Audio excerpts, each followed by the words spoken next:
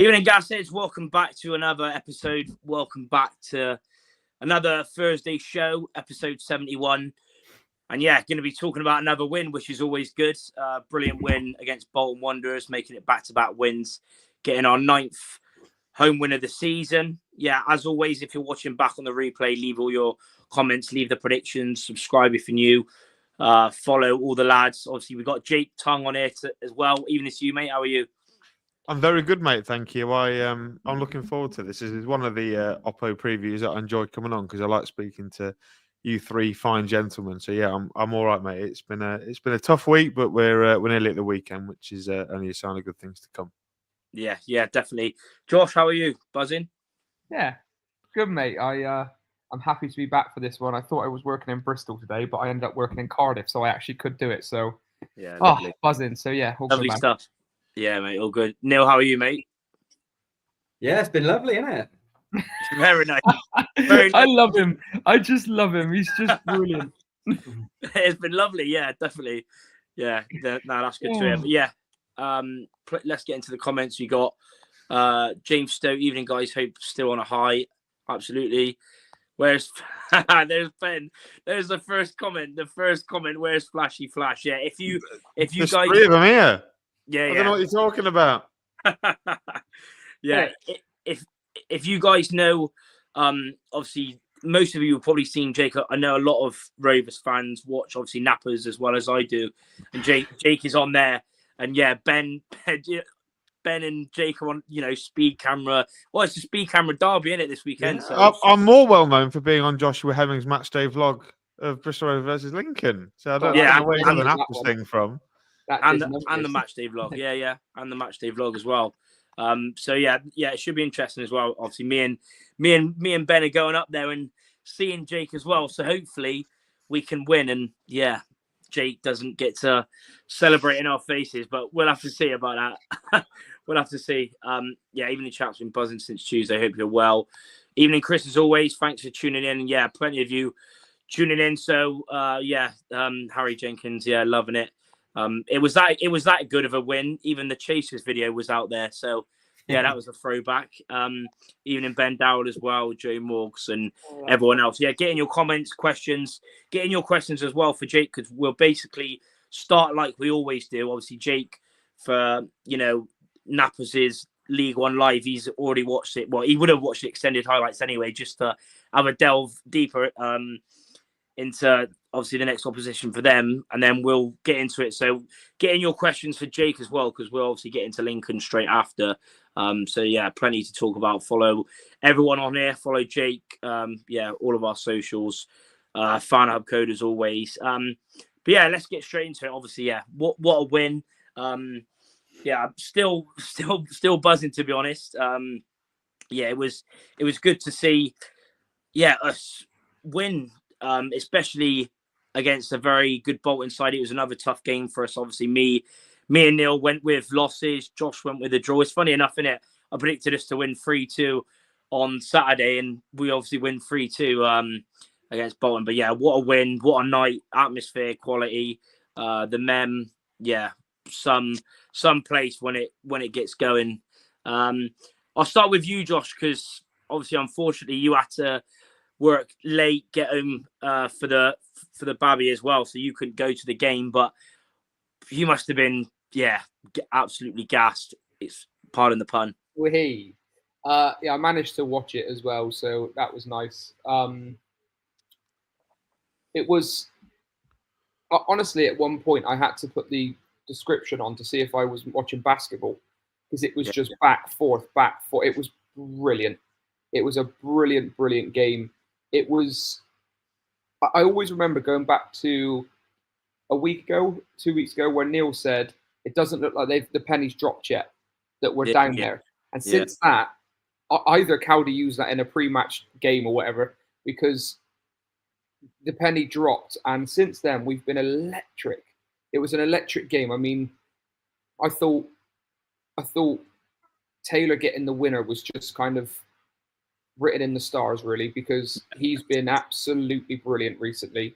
And Bolton as well, they looked great in moments, and it was even more credit the fact that I thought Jed played well. He saved a few proper decent. He made a few decent saves, and then just going forward, we were just so fluid. Like that kind of the Martin Sotirio pairing was like it worked wonders. I don't know if it'll work again that well this season. You can't predict the future, but if they carry on linking up like that, that's a dangerous partnership. I thought Kofi was superb in the middle of the park. I mean, not just off of his. Well, actually, I'll tell you what. When you go into FOTMob or any Opta rating or any whatever, he had one of the highest ratings of anyone in the squad and didn't get an assist or a goal. And still, he's up there. His off the ball work was incredible. He gets down a bit scrappy as well. He puts his body across the man for the penalty. That's clever play. It's clever play. Right. So we looked like we were going to score every single time. I don't know how Sotirio missed, but again, going forward, like he's so dangerous. He was such a threat. We were such a threat. I am disappointed again. 2 set pieces to concede. It's the story of our season. Oh, it's just, and how many times did they play that near ball corner, like that near post corner, and you just think, come on, Gas, like switch on to that. Yeah, exactly that. You need to switch on to that, and it was just so obvious that goal was going in. That second, their equaliser. Well, their second equaliser. But other than that, mate, I was so impressed. We just were on it. We pressed. We had energy. We were like, it was like when Kofi won the pen. I remember just watching Mola run straight to him, to say what, like there was. It felt like a unified performance. I also didn't realise that Sotirio was a bit of a shithouse before he came to the club. Yeah, he absolutely loves it. He loves it at the away end. He just gives it. It was great. And the mem, it was so loud. I could hear it through the screen. I was gutted I couldn't be there. And we just looked on it from minute 0 to minute 90. It was absolutely superb. And the limbs at the end. Connor, I just remember watching your vlog. Connor fucking Taylor. That was amazing. What a time to vlog, by the way. I haven't done it since Shrewsbury, because usually, although I started the channel it being One Ravers vlogs, I've always much rather just watch the game than sort of do a vlog as well. But what a game to pick it, mind. 3 months or 4 months after the Shrewsbury one. Yeah, it was. Mate, I mean, it was a 5-goal thriller, and to be on the end of that from a Steven Schumacher Bolton side who are flying, it's amazing. It's just, where is that performances away from home? So I'm really glad Cowdy it was amazing. It was absolutely brilliant. One of the best games, and I was gutted. So gutted I couldn't be there, man. Tuesday night games are so hard for me nowadays, but it was mint, absolute quality. Yeah, it was a madness, to be fair. I'll get Jake's thoughts on this. Obviously, he just before we went live, he actually thought we were live, but now we are live. Jake, obviously you've watched it, done your research, obviously watched the extended highlights, etc. I've seen probably a lot of comments of Rovers fans as well. What did you make of the game, and obviously certain players, if you want to pick that out as well? What did you make of it? Yeah, I mean, this is a big win, not only for Bristol Rovers, but for Igneo Calderon, I think, because Bolton Wanderers were, many were still tipping to finish inside the top 2. I know they were like 8 points behind Wrexham and Wickham, but they were a team with momentum. I think the only game they'd lost under Schumacher before was his first game away at Reading.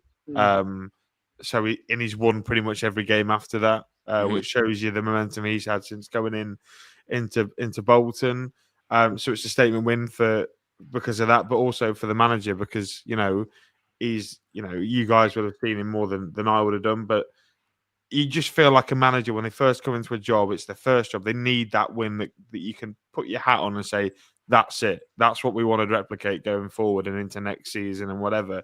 And now he's got it. So now you as the fans can see what he's been working towards, and all of a sudden next season looks a lot brighter because you've had that one performance. We had it away at Barnsley last season. That was the one performance, or even Shrewsbury before that. That's the one performance. That is when everything goes perfect. That's how we want to play. So I think it was a big night for your manager as well. But I thought I'll tell you what, though, that we did get sucked into that with Matt Taylor in January last year when we beat Pompey at home. Yeah, Yeah, It was Boxing Day. It was Boxing Day. It was and Boxing Day. Bolton away as Yeah, well. Boxing Day and Bolton. Yeah. Pompey. So I'm really hoping that it is like it is a moment that turns the corner, because we all thought that when Matt Taylor, when we beat Pompey, LT last minute winner, it was, this is it, we're good. So I really hope that we can build momentum from it now, Jake, because honestly, being down at the bottom of the table, like it's such a crap feeling, and like we do this at the Gasser, don't we, boys? We beat top sides and then go and lose against Bromley. Do you know what I mean? It's jarring. So I'm hoping we can kick on. Yeah, it was a big win, and you look at the players that played well. You've already highlighted Kofi Shaw. Neil was talking about him before we came on. How big a role it is for him, and for him to have to be careful so that he doesn't believe his own hype too much. You don't want to. I'll make this point for the second time because we're definitely live. That he doesn't need to believe his own hype, because if he gets a big contract, then he needs to perform. You need to continue to dangle the carrot in front of someone like Kofi Shaw so that you get the best for him. And then ultimately, like you were saying before, that you can sell him on for millions of pounds in the future. But I thought you were good out of possession. Bolton under Schumacher like a lot of the ball, and I don't know if you've ever played football to any decent standard. Any of you lads, it's hard work playing football without the ball. You are running and you are running, covering off passing angles and tracking runners and stuff like that. That would have been hard for your players, especially after the big, the big week that you've had following the game against Huddersfield. So, yeah, it was impressive. Obviously, you've mentioned your flaws about defending from set pieces, which is something we're sure we can come on to later, because that's a real highlight of ours. That's something that you clearly need to stamp on. But I think you can do that. Like not to make it about us, but we were shambolic at set pieces last season at the start of the year, and by the end of it, we were absolutely phenomenal and monstrous at scoring set pieces. So that can be worked on if you give the manager time and they put enough time into it. So it's a statement win, like I say. Good performers all over the park. A couple of players playing out of position, maybe not the natural position. Obviously, I like to figure out what Taylor Moore was doing in midfield. I mean, traditionally, I've seen him as a centre back at Shrewsbury. He played right back in the game against us. I seem to remember had a bit of a torrid time that night. But him in midfield, Clinton Mole as a centre half as well, playing wing back. I think he's been a really good signing for you for the Gas since coming in. And you've already mentioned Raul Sartori. He provides a really good foil for Chris Martin, I think. He buzzes around. He was really good at Leyton Orient at that, playing off a bigger centre forward. And you've got Connor Taylor, who's someone who, when you tell me you're bad at defending set pieces, I wonder why when you've got Connor Taylor, because he's a mountain. Obviously got out jumped by Joe Taylor, but we can come on to that later. I'm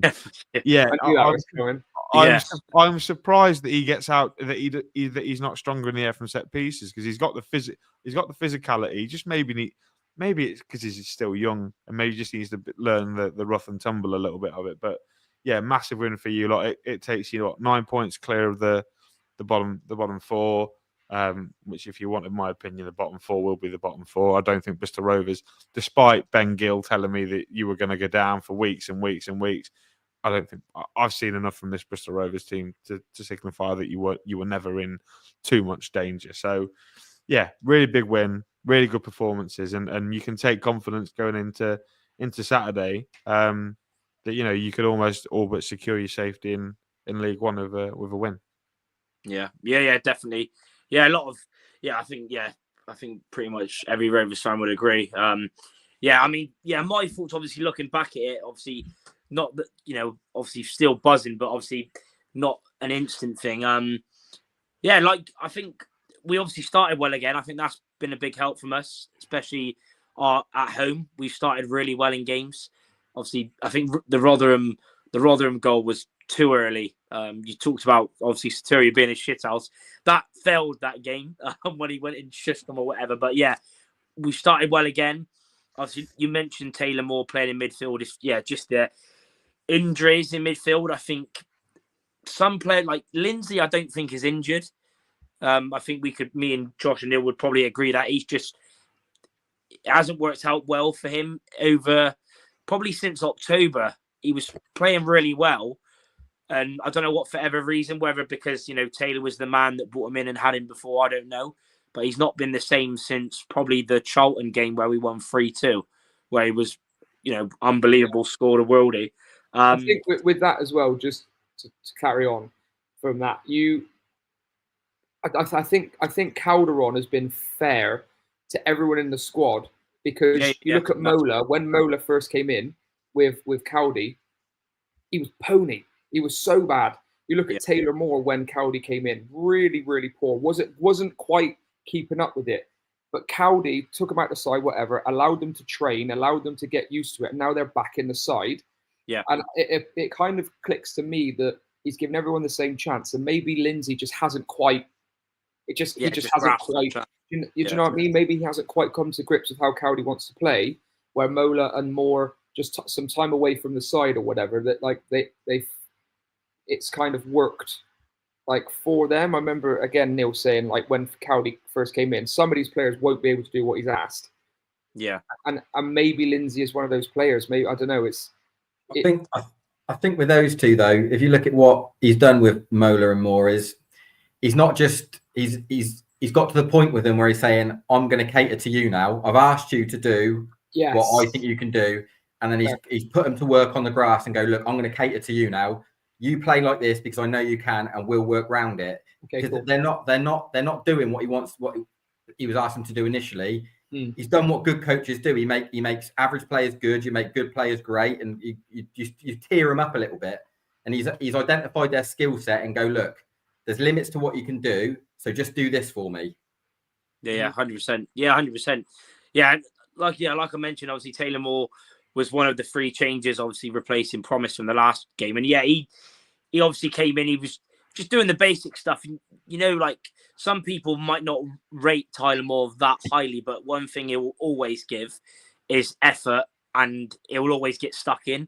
And it sort of suited him playing with Butcher. Obviously, the class apart from their midfield, like Bolton's midfield is a really, really, really good midfield. And yes, obviously, especially about 20 minutes into that game, you saw them take control. They had a few chances, but obviously it was like Josh mentioned, the set pieces. I said it in the vlog. It is annoying. We obviously need to work on that. But yeah, again though, started second half brilliantly. I think that's what helped. Started really well, front foot, attacking. What epitomizes Kofi Shaw was just the tackle on the edge of the box to start the counter for that second goal was just brilliant. Because I agree as well what Neil said about not dangling the carrot and not getting him too hyped up. Obviously as fans, of course, we're going to do it, but it's all about the management and coaching staff and stuff to get that sorted. But yeah, he was brilliant. The ball from Soterio, Martin playing after his 700 appearance just shows the quality there. 21 goals in 44 league starts for us. I think you can't really ask for much more. And yeah, obviously the winner, it had to be Connor Taylor. How well he's been playing, especially. I mean, to be fair, he's played well for quite a while. He had them few mistakes in a couple of games, Reading away, Exeter in the cup, a few other times, but yeah, for the last 5 or 6, 7 games, he's been spot on. And if anyone deserves that goal, and it was him. And he said before, well, he still needs to add more goals. That was his first league goal since the goal in the 7-0 game against Scunthorpe. And for Jake, obviously mentioned this already, he needs to. I think set pieces wise, I wouldn't put it down to Connor Taylor. I don't know what it is really. But yeah, obviously it was also good to see him. Collins in the back pocket as well. Collins, Evans. Obviously, that's just banner because I love them both still. But yeah, it was just quality, and like everyone's mentioned, the atmosphere. It was a mad night, and it's always good to see a last minute winner go in. Neil, what were your thoughts on the game? Initially, I couldn't believe what I was watching, to be honest. Like I said in the week, we had no right to put that performance in Tuesday night. No right at all. Like, I thought we'd be, considering we were bare bones, coming off of the effort we put in on the Saturday, I thought we'd be really leggy and get run over by Bolton last sort of 20 minutes if we were still in it. To put the shift in, them lads have put in there. I never saw it coming. Never saw it come. I didn't think we had it in us, first and foremost, as a group. I didn't think that group had it in them to do it. Because I've questioned certain elements of us as sort of a culture right the way through the season, regardless of who's been in charge of us. But I thought, credit to Calderon, he set us up brave.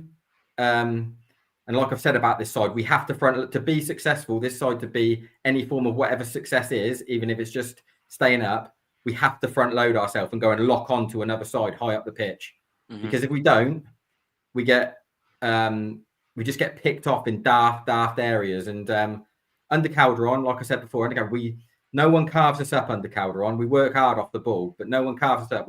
What we get undone with is dead balls, and like it's what every side work on in the week, because that's like the kryptonite for us. But he set us up brave, and we went toe to toe with Bolton. And like Jake says about what you do off the ball and working hard off the ball is tiring, but what makes it so much easier is when you give yourself something to hold on to.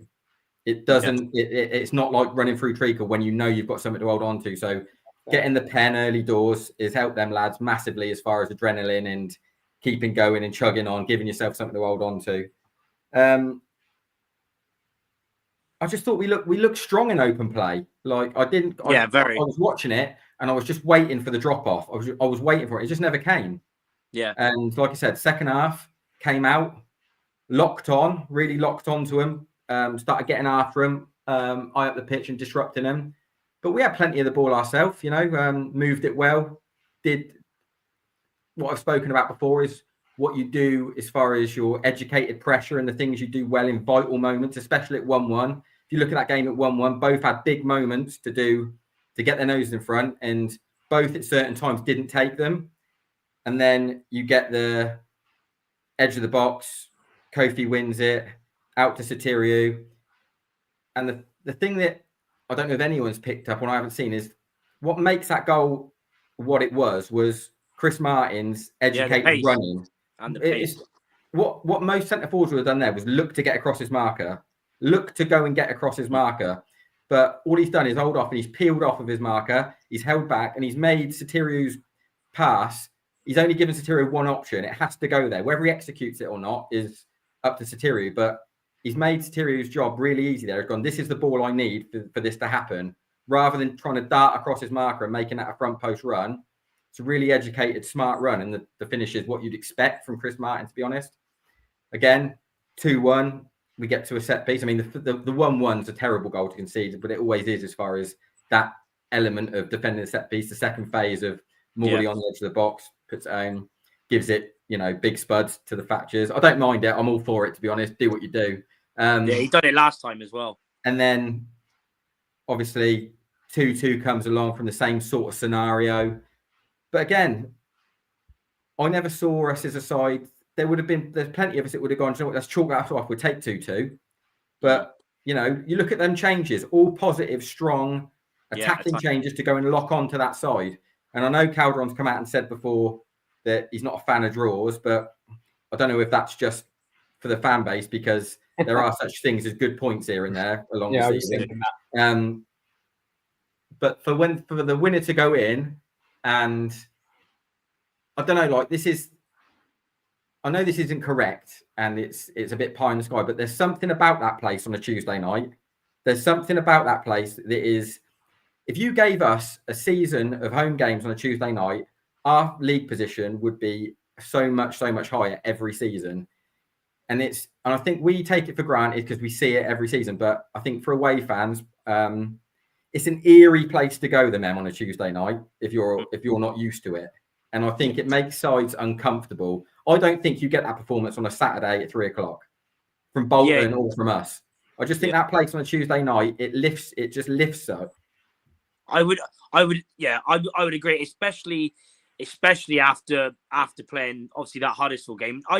I was the same to you, Neil. I just didn't see it coming, just because I just thought we give loads Saturday, and I just That's what I mean. I thought we'd fall away. I thought we'd fall away mad. like last 20 minutes. I thought we'd get run over, but again, senior, really good, honest shift. Nothing brilliant, nothing fancy, nothing out of the incredible. Good, solid shift. Taylor Moore, loads of instruction off a Butcher. This is what I need from you.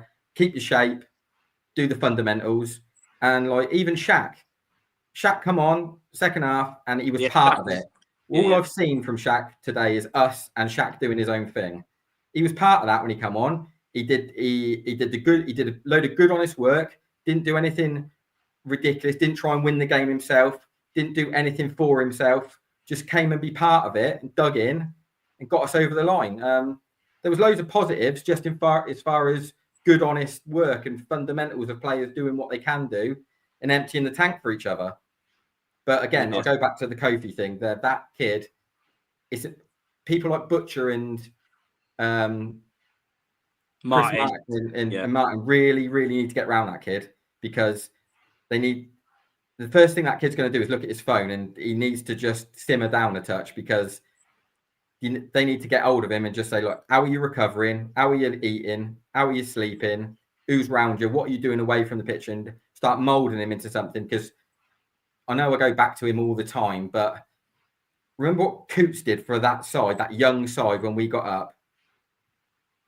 And we've had a distinct lack of leaders in our side. There's some senior lads that need to get around that kid and start just bring him in line a little bit. And I'm not saying he's going off, or he is like this, or he is believing his hype and he has got a fat head on him, but there just needs to be one or two in his ear to just like rein him in a touch and just say, like I said, we'll get into team selection of that, but it wouldn't be the end of the world if that kid goes and sits on the bench again on Saturday, just to bring him back down to earth a touch. Yeah, that's fair. Yeah.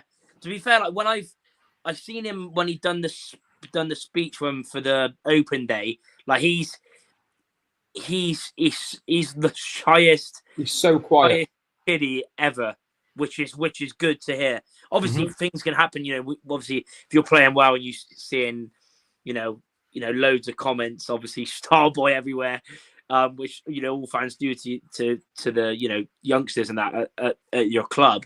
But yeah, he is the most shy, humble.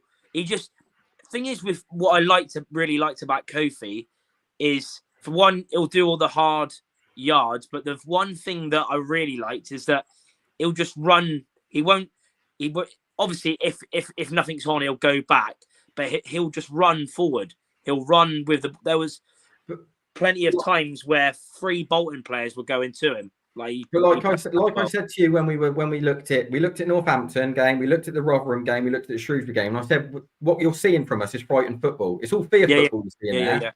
Yeah. And what we've seen over the last 2 games, that's gone. It's just gone. But that's all down to Calderon. Calderon's got hold of them and decided to put something inside of them to say, look, this is what I want from you. Mm-hmm. Yeah, 100%. 100%. It's just now turning that into away games. That's the thing. What was that? Collins was hugging touchline, having a smooch with Neil. Don't worry about Aaron Collins, mate. He's a gun. He is a gun at this level. Don't worry about that. Don't worry about what you do over 90 minutes. Worry about what you do over 40+ games. Yeah, he's a joke. Yeah. 750k for that kid is ridiculous. Yeah. Mad. Yeah, but it was always good to see, because plenty of other former players have come back and haunted us. So it was good to them, him and Evans to have off days, I guess. Hutchinson looks jaded, not on the same page, unfortunately, from John. Chris Martin sprinting 60 yards. Never thought I'd see the day. Class assist. The assist from McAtee for the goal was incredible. But we deserved that luck over the last couple of weeks with some of even the volley against I think it was the Sotirio volley against Rotherham late on when it was 2-2, and he had the volley and they somehow cleared it off the line. We deserved a little bit. Neil buzzing, love to see it. Invincible next year. Don't know if you all agree, but for Bolton and Stockport, best sides I've seen at the Mem. Yeah, I thought Stockport were better than Bolton.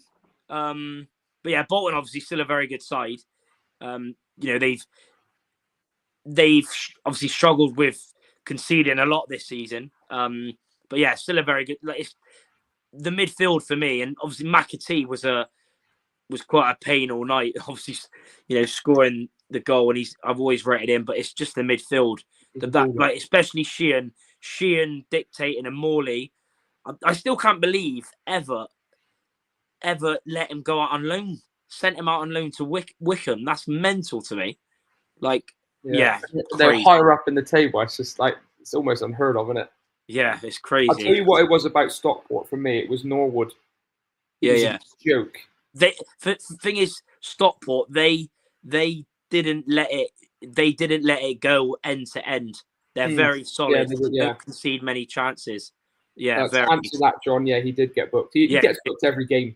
Yeah, he did. I love that. So as long as it's don't turn to a red, he does put his body about, but he's just sometimes not too smart with it. Yeah. Come back from a four match suspension and gets booked it late about 2 minutes. Yeah. More defensively. Kofi could be a special player if we look after him. Definitely. Kofi looks fearless. Yeah. Hopefully he can go right to the very top with Rovers, but it's obviously never going to happen. I called it. Shaw needed a run out. Yeah, I was surprised, but I was surprised that he was in the starting 11. Because I left quite late, so I didn't know the team until 7:30. And I got there, I was like, wow. But yeah, he let the talking go on the pitch. Question for Jake: Is he still Skabala out, or does he give him until the summer? Because there's been a lot of obviously talk. Nappers loves it. The questions he gives to Jake after a Lincoln loss. It's been pretty unreal. If you must go and watch the League One live with Jake and Nappers if you don't already. It's like an old married couple's class. Yeah, it's pretty mad, to be fair, that we're only 4 points off you. Won't worry about that, Charlie. Sadly, be 7. I won't worry about that. Hopefully not. Touch wood. 2 wins in 9. Yeah. What is your thoughts on Skabala and your season so far? Yeah, we might as well get into the Lincoln game now. We've talked quite a lot on Bolton. Obviously, brilliant win. But thoughts on Skabala and your current 2 wins in 9 in your season. Here we go. Right. Well, you know what? We just spoke about Bolton. We'll be half an hour talking about. No, I'm only messing. What are my thoughts on look? Michael's a nice guy. I like Michael. He's been very good to me. I've spoke to him a number of times. He has seen me half naked in Spain, wished me happy birthday, which was a surreal experience on pre-season tour. Really nice bloke. However, I just don't think he's a man manager. And I hear things from sounds like Taylor. That I hear things from the current from a number of the current players. I've heard things from their representatives and things like that, and other people that I trust. And the EPC, which is our training ground, is quite a toxic place at the moment. I think he struggled to get a hold of it. What I think Michael is good at, I think Michael's idea is really good. I think how he wants his team to play is outstanding, high press. But I just don't think he's got the capabilities to manage a team. I think he's a really good coach. I don't think he's a good head coach, if that makes sense. And you'll see it. You'll probably have your own judgment on Calderon, who's in a similar position in 12 months' time. Am I still Skabala out? I am. The style of football this year has not been great. If you look at it, not to make it all about budget, because it's not all about budget.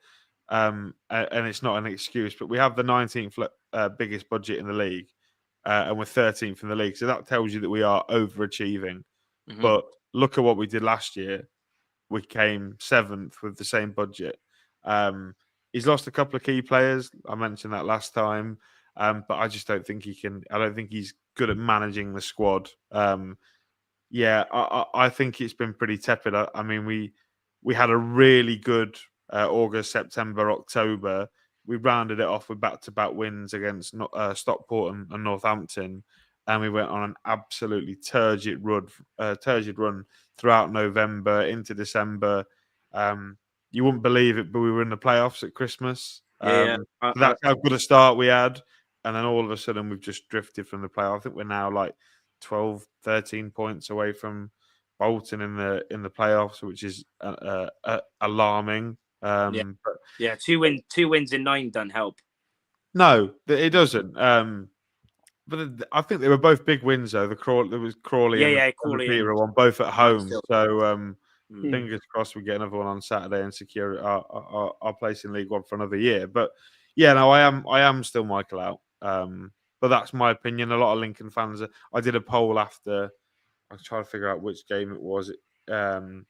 Before the Crawley game, Barnsley, whether people were Michael in or Michael out. And it was very neck and neck. The reaction that he got at half time was one of the worst reactions, because at Oakwell they've got to walk past you to get back into the tunnel. Yeah. And trust me, 1,800 Lincoln fans did not like Michael Skubala at that minute in time, and he got an absolute gutful, bless him. But yeah, I've gone the long way around. I am Michael.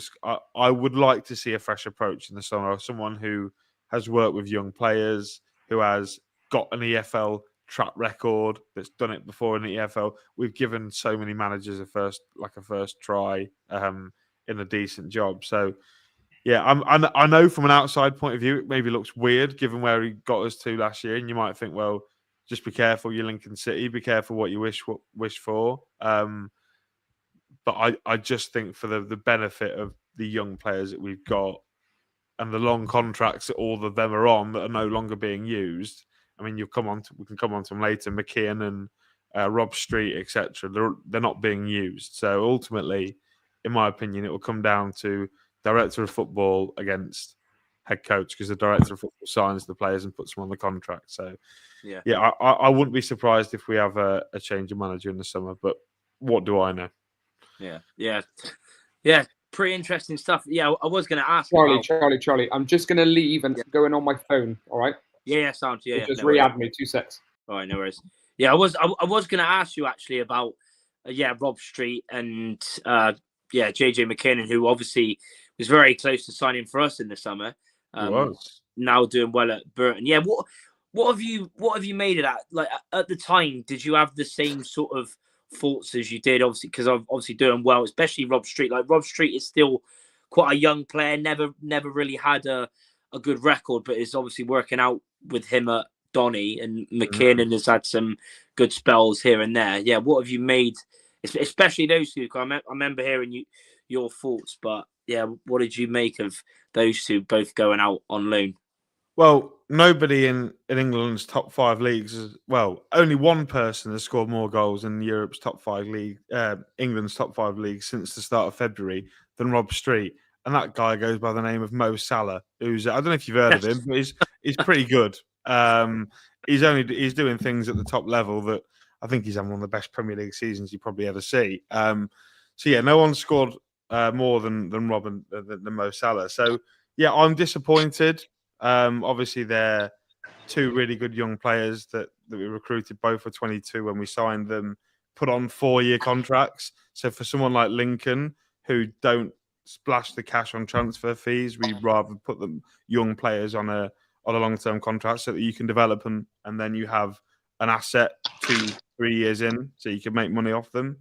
I was disappointed because what I've seen of JJ, I really liked. He's had a couple of really good games for Lincoln, but he's not been given a consistent amount of playing time. But you've seen at Burton how good he can be. I think he's got a couple of assists and scored a nice goal for them. He's a really good player that hopefully comes back next year. Rob Street scoring goals for Doncaster. I mean, we lent them Hakeem Adelakan towards the back end of last year. He nearly got them promoted. So hopefully Rob can do something similar.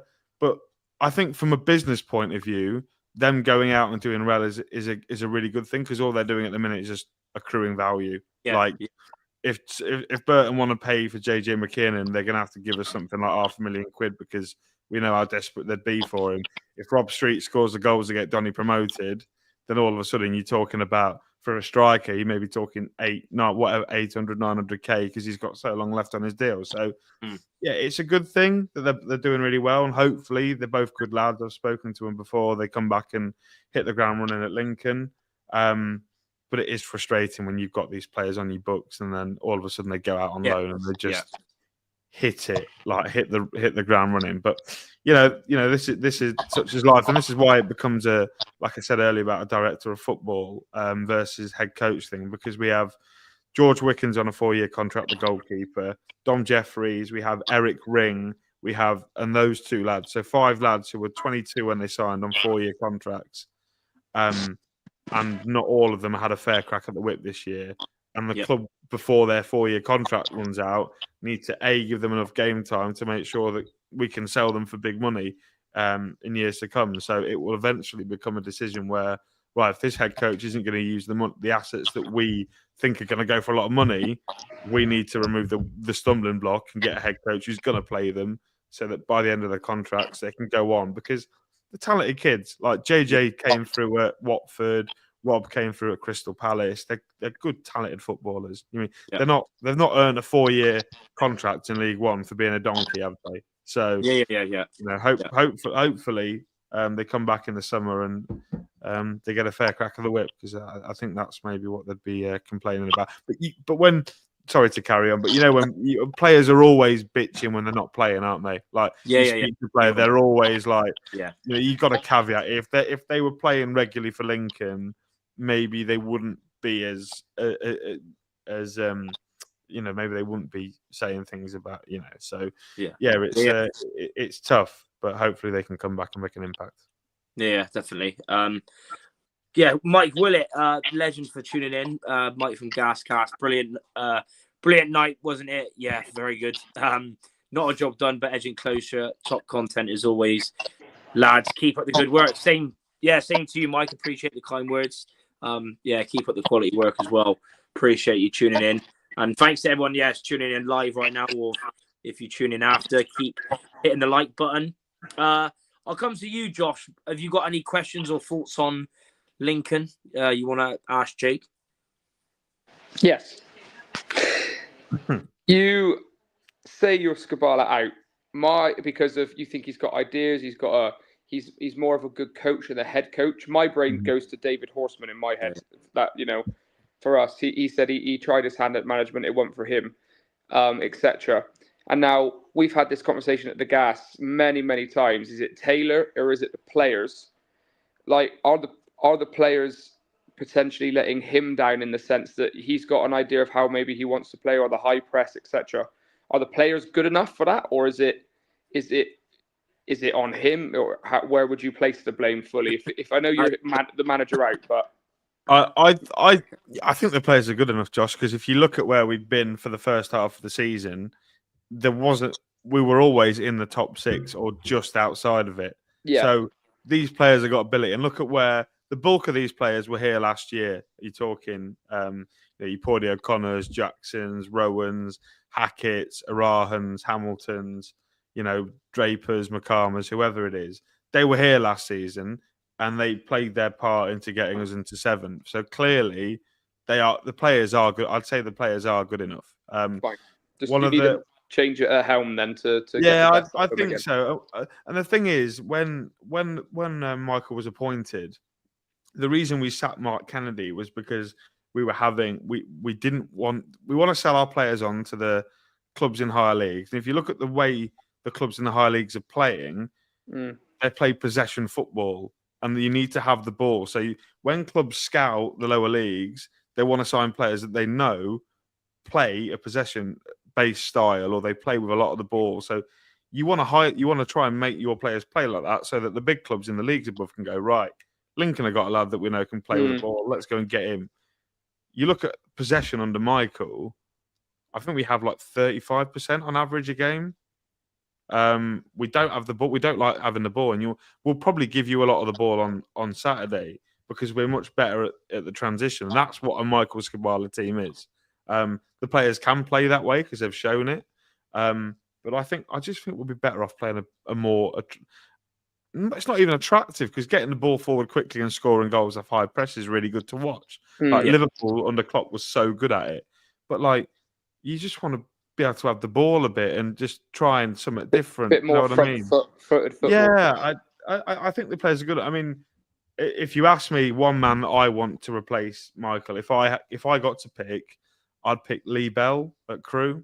I think he plays a really good brand of football. He works at Crewe, and you know if you've ever had any players off Crewe or you've seen them before, they've got an unbelievable youth academy. They work with they've got some. They always have one of the youngest squads in the league. He's got Crewe into the playoffs before they lost the playoff final last year. So, yeah, in answer to your question, the players are good enough, without a doubt. You've got Moylan, so yeah. Well, not on Saturday. We don't. Unfortunately, oh, no. That's great for us. Then he's my favourite player of yours. I think he's absolutely mustard. Yeah, he is. He absolutely. You're right. He is. He is. He scored a good goal at the end, didn't he? Yeah, great goal. Yeah, he didn't start that game, did he?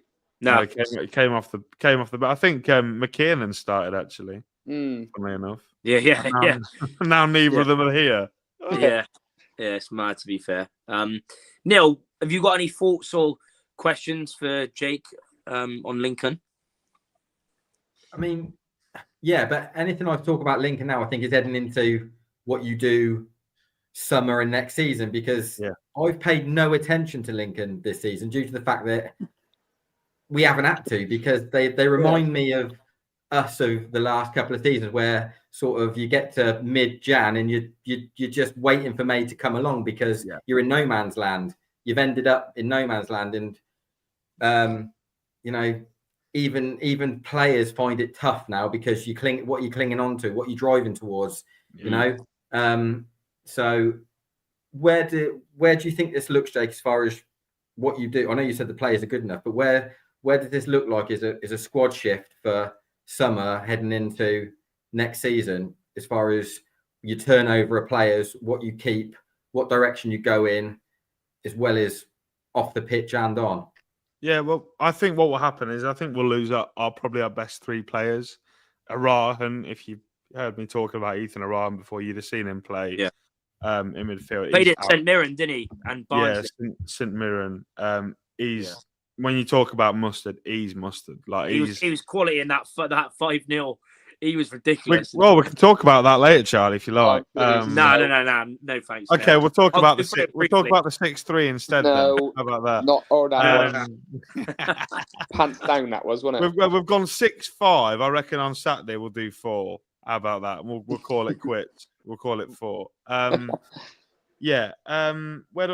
think we'll sell our best. But Arahan will probably end up going, but I imagine we'll get 7 figures for him.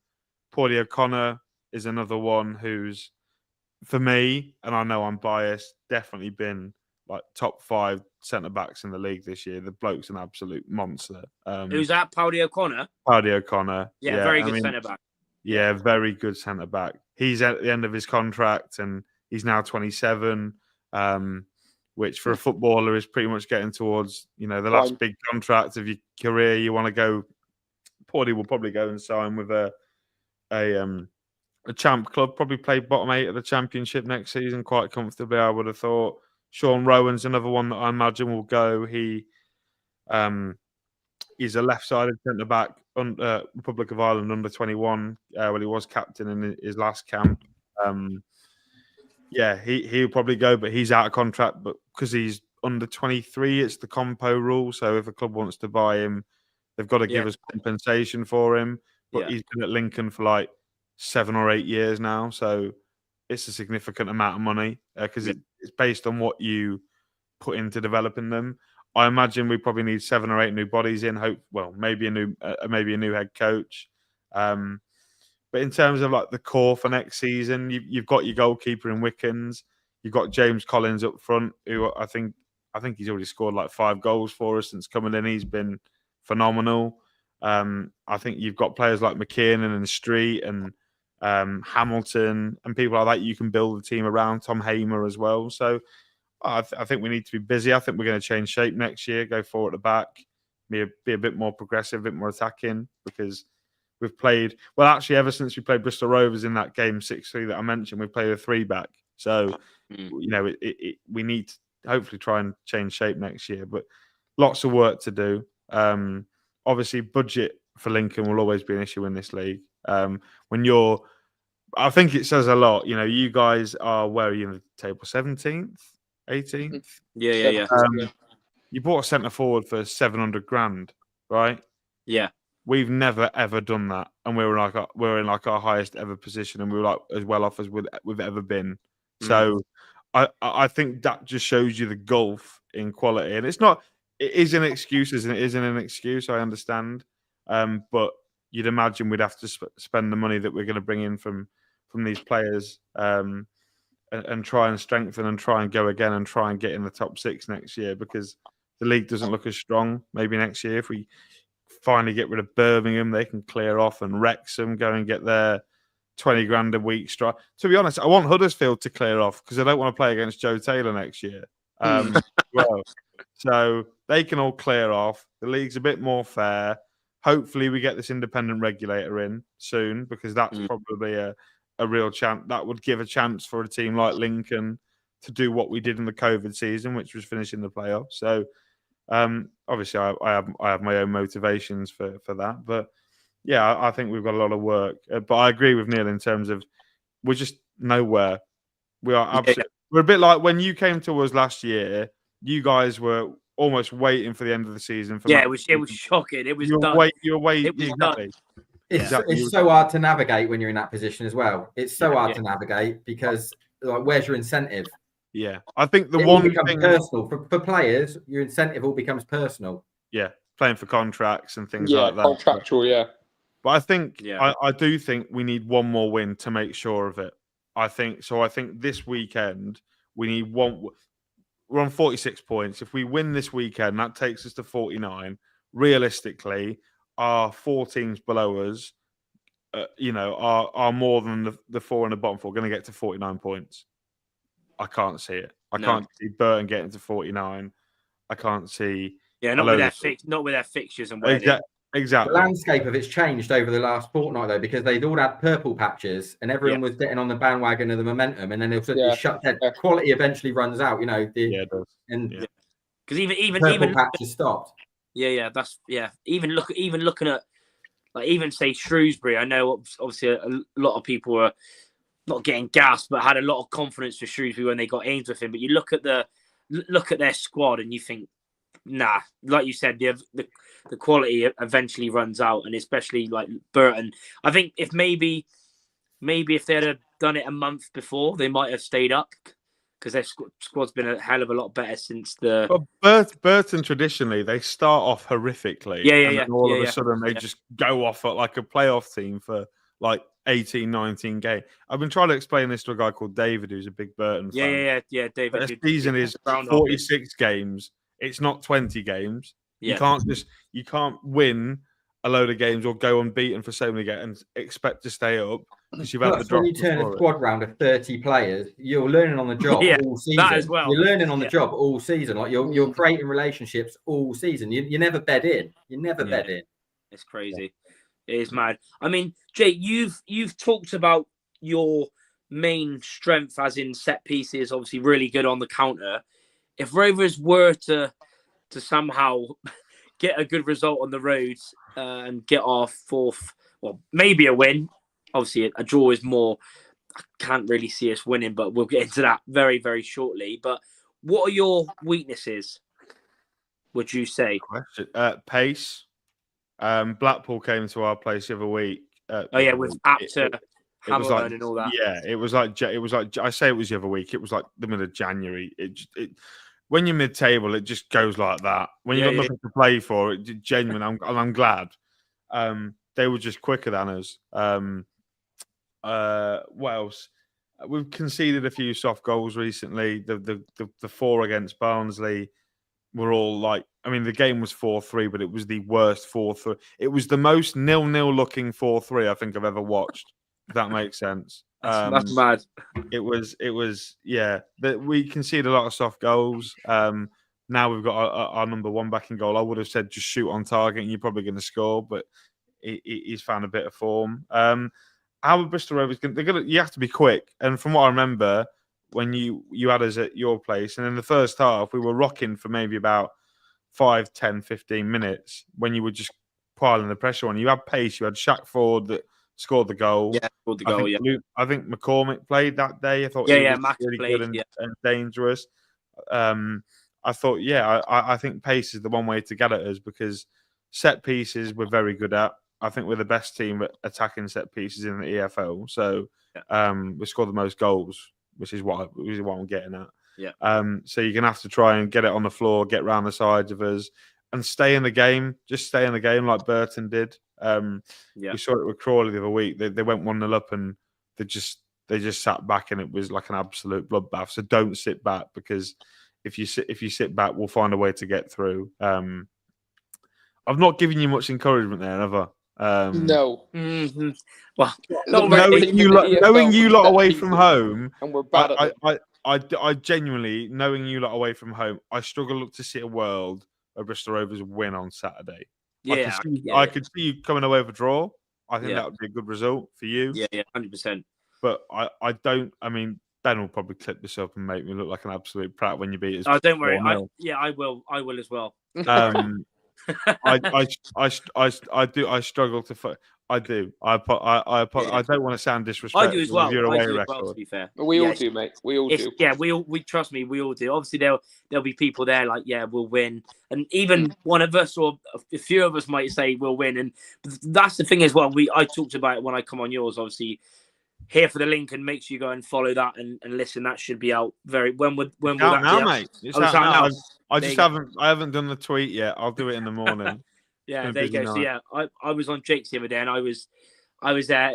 We talked about it before the Wigan game where we had the chance to win 3 in a row, which we haven't done for 2.5, 3 years. So this is another game where we have the chance to finally break that hoodie. But who knows? Yeah, you obviously mentioned a few games in there. Your last 5, lost 1-0 to Birmingham, beat Crawley 4-1 at home, lost 4-3 to Barnsley. Lost 1-0 at home to Bolton and won 3-0 at Mansfield.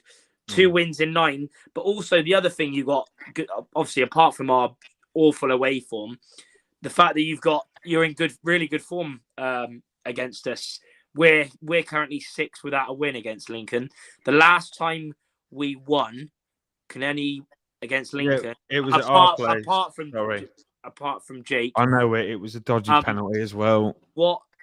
What season and who were the 2 goal scorers in that game? Can Josh or Neil or anyone in the comments? We won 2-1 away, didn't we? Yep. Who were the goal scorers for us? I think I know one. I don't know the other. I think was Tom Nichols one. No. Well, that was another year that you beat us at our place. Yeah. That's what I'm thinking of. What season was it? COVID. No fans. Did you really beat us at our place? Yeah, Ben Garner. Remember that Rovers? Oh, remember that Rovers meme when Ben Garner's in his interview with his middle finger up? What Iunga was it? No. It was. Yeah, there you go. Yusuf's got it. Hanlon. James Daly and Brandon Hanlon. James Daly. Oh my God. Yeah, so we were good that year as well. We were good that year. Yeah. You lot. Didn't you lost in the playoff semi? Didn't you? We bottled the league title. Yeah, I know. Yeah. All right. Yeah. Guilty. Yeah. I thought it was going to be the 5-3 link. I thought it was going to be the 5-3 playoff one. No. Oh, we don't talk about that one. Yeah, that doesn't. Jake, come up. Yeah, was that one? Oh, if you're mentioning that, I'm bringing up the 5-0. I'm not having that. That one in the contract when I said I was coming on. What do you mean? Yeah, we do actually. To be fair, we do produce some entertaining games, don't we? Let's be honest. The 6-3, Josh, was amazing. Oh, do you know what? That was Whelan centre back, mate. That's why you won 6-3. I was with Lance on that day, the stadium announcer. Yeah. And I was up there thinking, this is just. It just kept going. Yeah. We basically conceded every shot they had. Every shot. Joe Taylor was a joke. Yeah, and that was Jack Diamond, wasn't it? Oh yeah, Jack Diamond. Yeah, Jack Diamond. He got a hat trick, didn't he? Yeah. So I'm just going to ask you, which Lincoln player is going to score a hat trick this weekend? Because we've had Jack Diamond, Joe Taylor, Who's hopefully none of them. James Fingers Collins? crossed. I mean, it could be the keeper, to be honest, knowing our away form. Yeah, it could be Wickens hat trick. But also, I'll tell you the team as well. Just to bring up good memory of winning that day, but obviously shocking season. Like I mentioned the other day, we passed the points we had from the whole of last season against Huddersfield. But the team was Jacoda in goal, Max Emer, Jack Baldwin, and Cian Harries at centre back, Josh Hare right wing back, David Tatunda left wing back, a midfield three of Josh Grant, Maka, and Zane Westbrook, and a front two of Daly and Hanlon, and we won 2-1. Have you got our team, Charlie? No, but I know you had Harry Anderson on the right, Tom Hopper up front, Neil Wordley right back, Boswick. You had Joe Morrell, shithead Joe Morrell on loan. Well, so this was the year that COVID stopped. Oh, so this was the year that COVID stopped football, not the year behind closed doors. No, it was behind closed doors, but it was early. It was early on in the season because we had Ben Garner. 2021, wasn't it? Right, the year 2021. I'm desperately trying to find it. Yeah. Sorry, it was definitely the COVID. Because we had Max Emer. I go cold whenever I hear that kid's name. What's that? I go cold whenever I hear Max Emer's name. Oh, mate. Proper place to play football. Do you remember that? Yeah. Oh, man. Not bad. Found it. Yeah. Alex Palmer now plays in the Premier League for Ipswich. Yeah. Fair. TJ Ayoma, who's now at Northampton. Lewis Monsma, who's a model. He scored that day. Adam Jackson. Teo Widun, who's now at you'd have seen him a couple of weeks ago. Peterborough. Harry Anderson on the wing. Harry Anderson, Tom Hopper, George Grant, Conor McGrandles, Liam Bridcut. But Brennan Johnson wasn't even in the matchday squad. Yeah, mental. So the results. Yeah, that was the last win. Before that, we actually had a really good record. I think we'd won five or six in a row previously. The only two times I've been Lincoln, we won 5-3 in the playoffs and we won in the conference season. So hopefully it's a third win in a row for me at Lincoln. Touch wood. Don't get your hopes up, Charlie. No, I won't get them up. But yeah, the last 6, 1-1 obviously this season. The 5-0, 1-1, 1-0 Lincoln, 6-3 Lincoln, 1-0 Lincoln. So yeah, we've got a poor record. But yeah, we'll get into lineups and then we'll get into predictions and then we'll round it off. Jake, I'll go with you. What would be your Lincoln starting 11? Well, mine would be a 4-2-3-1, which we started away at Birmingham on Saturday, and they didn't look like they were going to score until they got given a soft penalty. So I'd like to probably go with that. I'd have. Is there any Birmingham fans watching? Well, by the way, they've had 11 penalties at St Andrews this year. Is that not mental? That's mad. They had a pen against us, didn't they? I think. Mental. Yeah. It's crazy. It's a bit like when United were at the top of the Premier League, weren't they? And they were getting pens left, right, and centre. So it'd be George Wickens in goal, I would have thought. Tendai Doriqua. I'd like to see Lewis Monsma play. I'd imagine Sean Rowan will play as actually, no. Let's say Wickens, Doriqua, Monsma, Pordy O'Connor as the two centre-halves with Sean Rowan at left-back. I imagine, and I don't want him to, but I know he's going to, just to annoy me. Conor McGrandles. Conor McGrandles, yeah. How did you know it was coming? I had to be, I know. And Tom Bayliss will probably partner him in like a double pivot in front of the back four. Then my three behind the striker would be Jovan Makama on the right-hand side. He had a really good game at the Mem, actually. Very tall player, and he wins a lot. Big, powerful. Yeah. And overrated, 20 years old. Say that again. Would you say? Big, tall, powerful, and overrated, in my opinion. He should have scored at the Mem, from what I remember. I'm telling you now, mate. Don't say that because now he's the one that's going to get a hat trick. Honestly, he's average in my opinion, but that's just my opinion. He's only 20, so give him a bit of time. He's only 20. There we go then. And then I'd like to see Joe Gardner play in the 10. He's on loan from Nottingham Forest. We've done it again. We've cloned Brennan Johnson. I don't know how we've done it. He's outstanding. He's the one that got sent off on his debut, wasn't it? Yeah, but did you see the red card? No, I hadn't seen it yet. I just remember just hearing you on the League One thing going mental. I tell you who got him sent off. Gary Monk. Absolute piece of work he is, Gary Monk. Well, I'll have him in the 10 because he looked really good when he came off the bench against Birmingham. Then I'd have Dom Jeffries, who's on the left-hand side. Really good last couple of weeks. Outstanding, up and down. Probably more, not really known for his attacking, but he's done really well in recent weeks. And then Bagsman, James Collins up front. I imagine that's how we'll probably start. But knowing Michael, it'll be like 8 at the back, maybe. So we'll have to wait and see. Yeah, we'll see. Josh, what would be your starting 11? Would you make many changes? I would go unchanged other than Jack Hunt back in for senior. So I would go Wardy at the back in goal, obviously. And then I would go Wilson, Taylor, Swinkles. And then from right to left, I'd be going Hunty, Butcher, Moore, Mola, and then I'd put Kofi in the 10 just because I think you just got to keep that energy up. But I am kind of with Neil, just think if you want to keep his feet on the ground, fair. But he played so well. It's like he was quality. You have to play him. You can't reward a good performance with being benched, I suppose. And then up top, Sotirio and Martin. So just the one change, mate. And I know they might be shattered because most of them played again. That would have been 3 games in a week, but yeah. Once you've played Huddersfield and Bolton, you've got to keep that momentum going because we're not.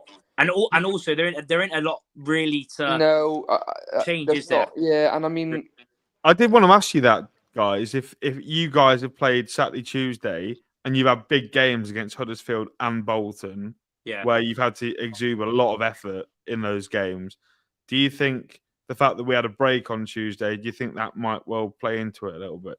Yeah, and the fact that you're at home. So it's oh, they are then. Yeah.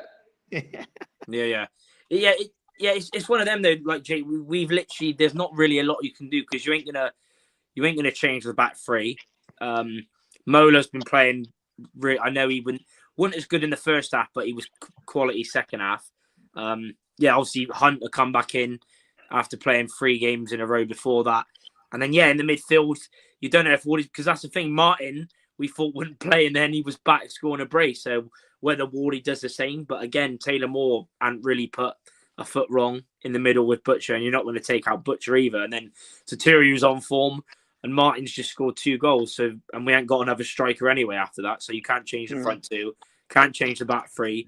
Wing backs you can maybe change whether Mola, because he hasn't played in ages, he puts in Sousa. I don't know, but there ain't a lot to change, to be honest.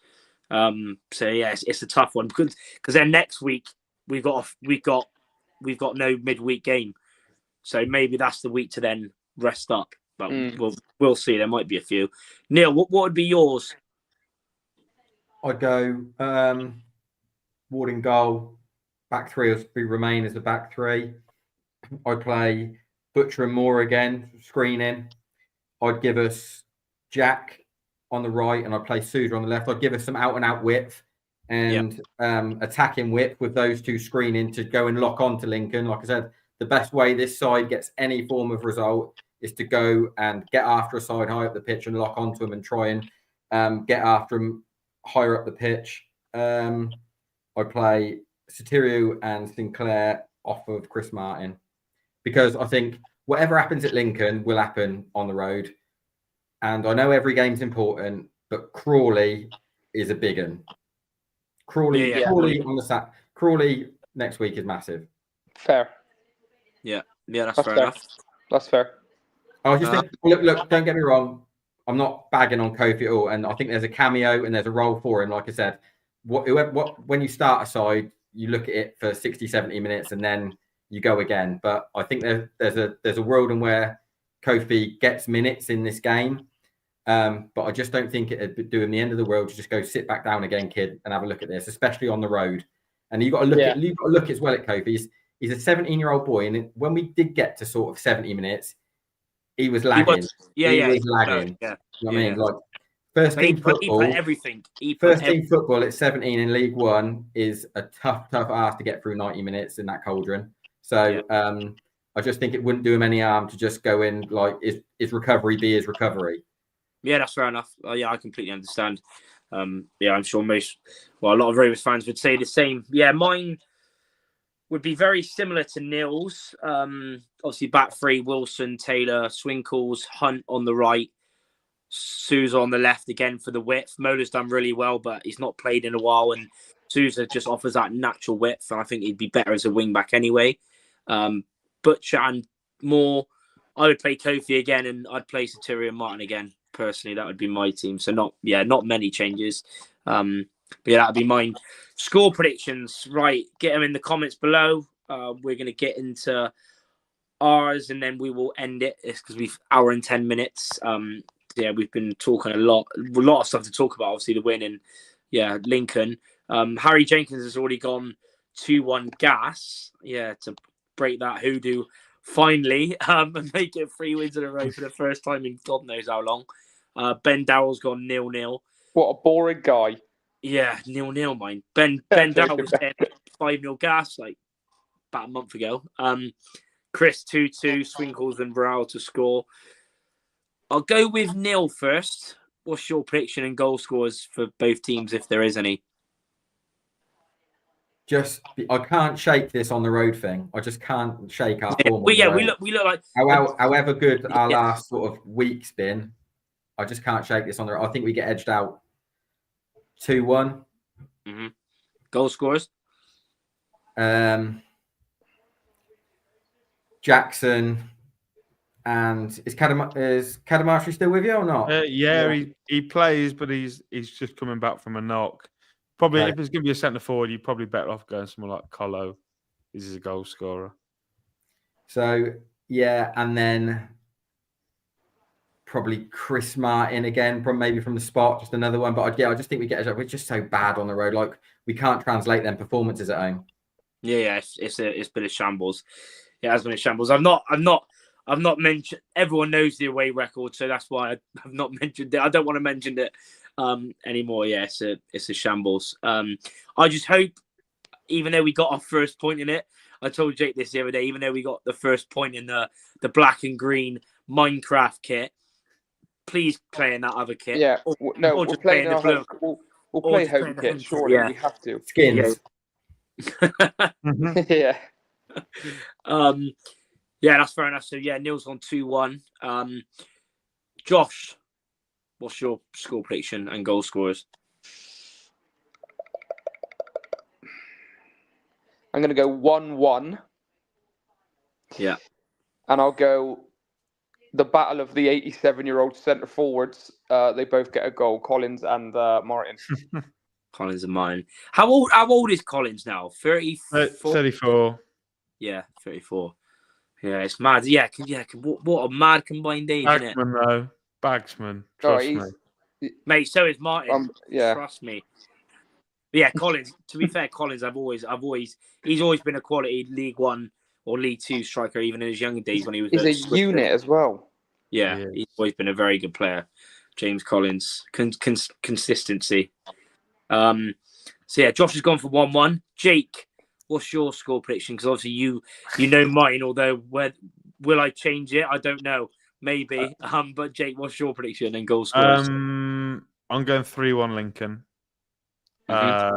I think over the last 10 games, we've been the top scorers in the league. And we've not scored in a few of them as well. So, I would back Colo to score. I would back Pordy O'Connor to score from a set piece, the way you guys defend. Yeah. And why not Jove to just to shush Josh? Yeah, just to shush Josh. Rectify the sitter that he missed that he should have won as the game at the Mem. Yeah, 3, and then goal scorer for you lot. I think Matt Butcher from a edge of the box, deflected, turns the keeper the wrong way. 3-1. He has to shoot for it to happen. Yeah, he might be trying to pass, and we're 3-0 down, and we're just coming at you. Yeah, yeah. Why not? Yeah. So yeah, Jake's gone for it. Yeah, I'm not surprised, to be fair. Our away form and just woeful. recent record as well against Lincoln isn't very good. I'm gonna go with the same as I predicted on Jake's. I was never going to change it. I'll go 1-1. I agree with Josh. I'll go 1-1. I'd love to win, but I just cannot see it with the away form. If we win away from home, especially to make it 3-1, 3 wins in a row. Sorry, that would be a proper corner turned. If you want, I know we've turned a corner, but if we could make it 3 wins in a row, that would be madness. But I just can't see it. I'll go with Powder O'Connor to score, set piece, of course, and Soterio. He's got some. Obviously, we won, but I couldn't believe that miss the other night, like the form. But I think he'll score. Let's get into some other ones. Barry Greenwood's gone 1-0. Gas. Chris Martin. I'd take that. Bloody hell. James has gone 2-2. Roland Martin. Tom Butler 2-1 Rovers. Why not? Marco 1-1 Soterio. Yeah, shite away, ain't me? Yes, that's an understatement. 2-1 Lincoln, says Yusuf. 2-1 Gas. Mola hat trick. I love people like that. 2-2. 2-2. So there's mostly gone for wins, apart from one. A few draws in there, but confident Gas after back-to-back wins against Huddersfield and Bolton. Obviously, if this ain't a time to be confident, then. But we are playing away. But and James has gone for a 2-0 clean sheet at the Is it still called the Sinsel Bank, or have you changed? The LNER Bank. It's always Cine Bank to me, but officially it's the LNER Stadium. Oh mate, why does so many? It's all the time in it. Like Wigan have changed it. All about that, mate. We need as much of it as we can to compete with you, big boys. All right. Oh well, That's the wait till we've got the Qatar Airways mem. Yeah. Qatar Airways mem. Imagine that. What, in the National League? Qatar Airways mem. My God. Gruzy's gone 1-0 Gas. Love it. James must be drunk. Clean sheet and a win away from home. If he is, then fair enough. Enjoy it while you can, lads. And lasses. Alessia's gone 1-1. So we're going to end it now. Thanks to everyone that's tuned in. Thanks to Jake for coming on. Where can people find you and obviously your podcast and everything else? Everywhere, mate. League One Live with Nappers or Cods Vlogs, whatever you know him as, on a Sunday 8:00, and then the Here for the Lincoln podcast as well is available. Comes out. Our review of this game will come out on Tuesday morning, 5:30.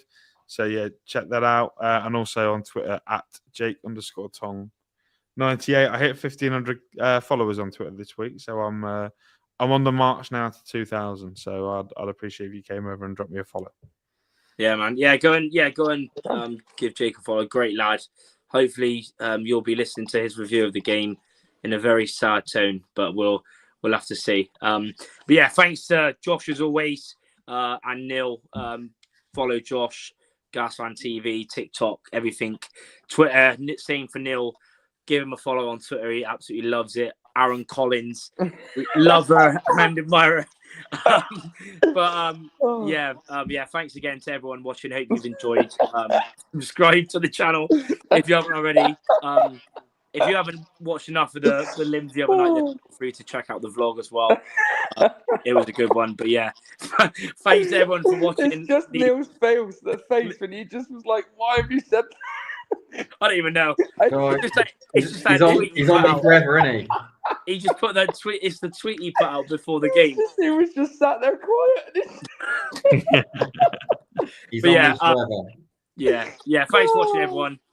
Leave a like, share, leave your predictions below if you haven't already, and up the gas.